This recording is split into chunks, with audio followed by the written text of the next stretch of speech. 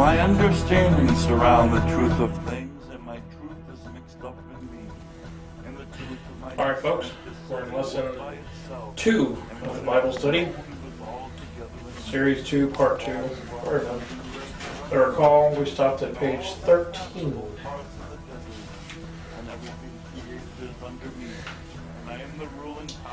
Now let us look to the devout, who never play into the game, but continue to deny them. These folks usually end up the news doing weird, dangerous acts. This is done by the manipulation of the psychological ego defense mechanisms, either internally or spiritually. These are the folks that the entities love to whisper to. The Ahriman entities are aggressive in nature and can provoke quite a reaction out of somebody.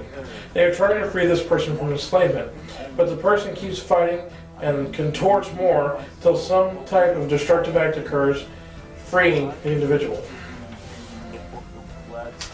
That may come in the form of suicide, murder, or other heinous acts.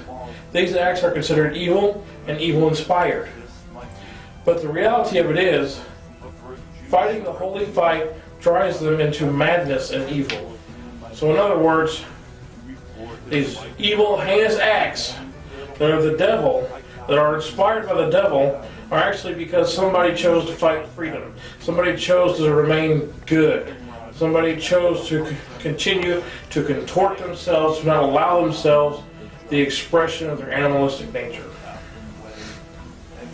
So if you learn to accept your animal nature and use it as a tool, and learn to whisper back, wonderful changes can occur in your life.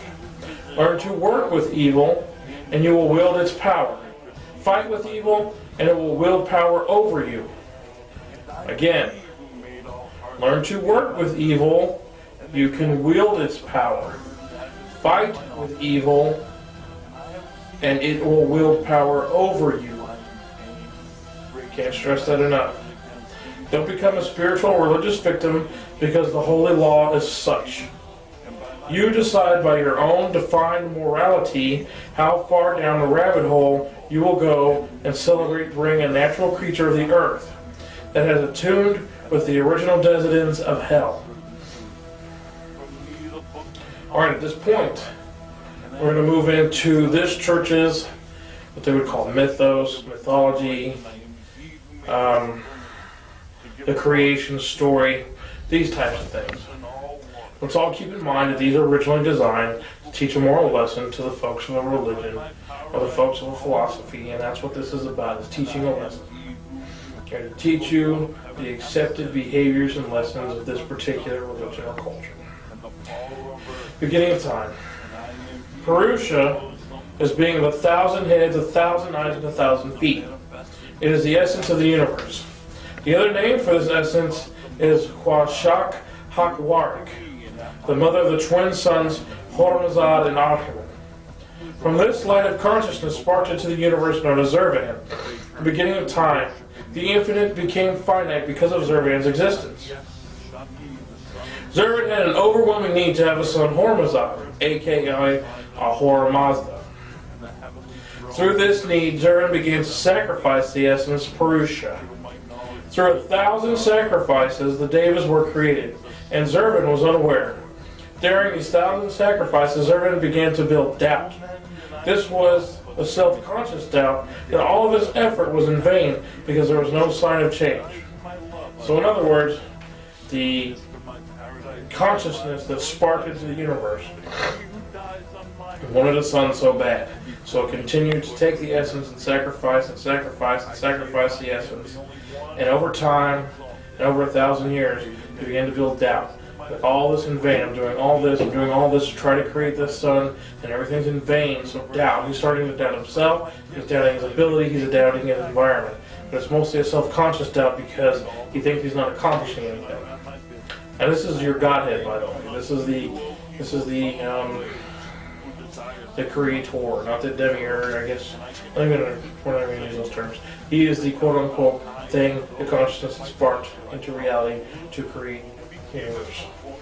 Within the womb of Kawash Hawarik developed a son known as Hormazad, and through Zervan's insecurity of doubt, Ahriman became fruit within the womb as well.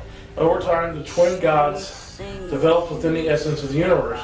Outside, Zervan became excited as Deva Nainshite, aka Shiva, made Zervan aware of the twins.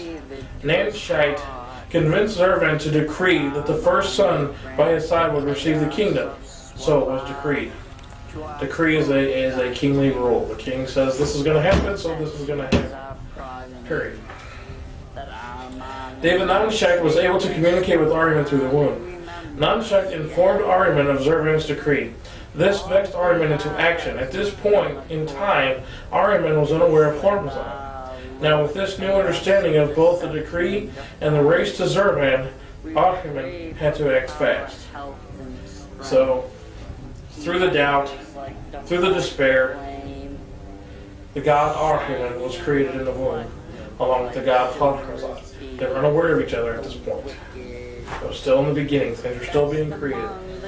And so now, from this point forward, for quite some time, it's going to be from the devil's perspective, from Ahriman's perspective, what he saw, what he experienced, how he saw reality build, meld, and become. And that's how this next portion of the book is going to go.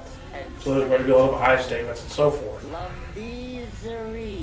When I became self-aware, all was darkness.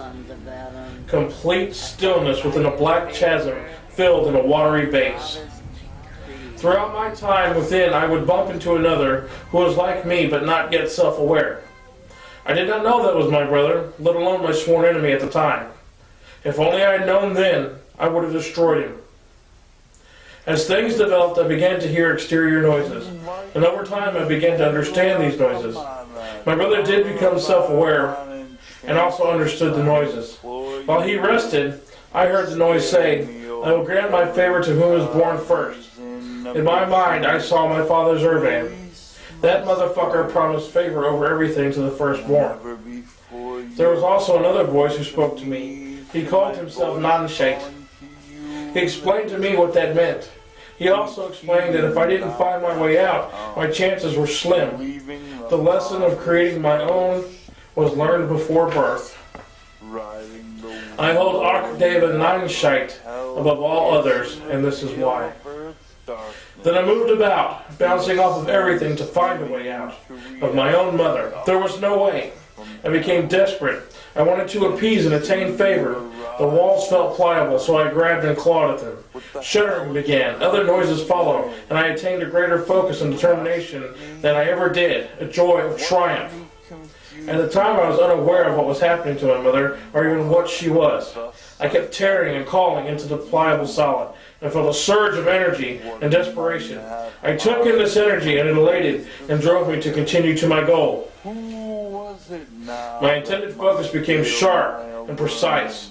My surroundings were shuddering, and noises of pain pushed my energy levels to a cataclysmic push.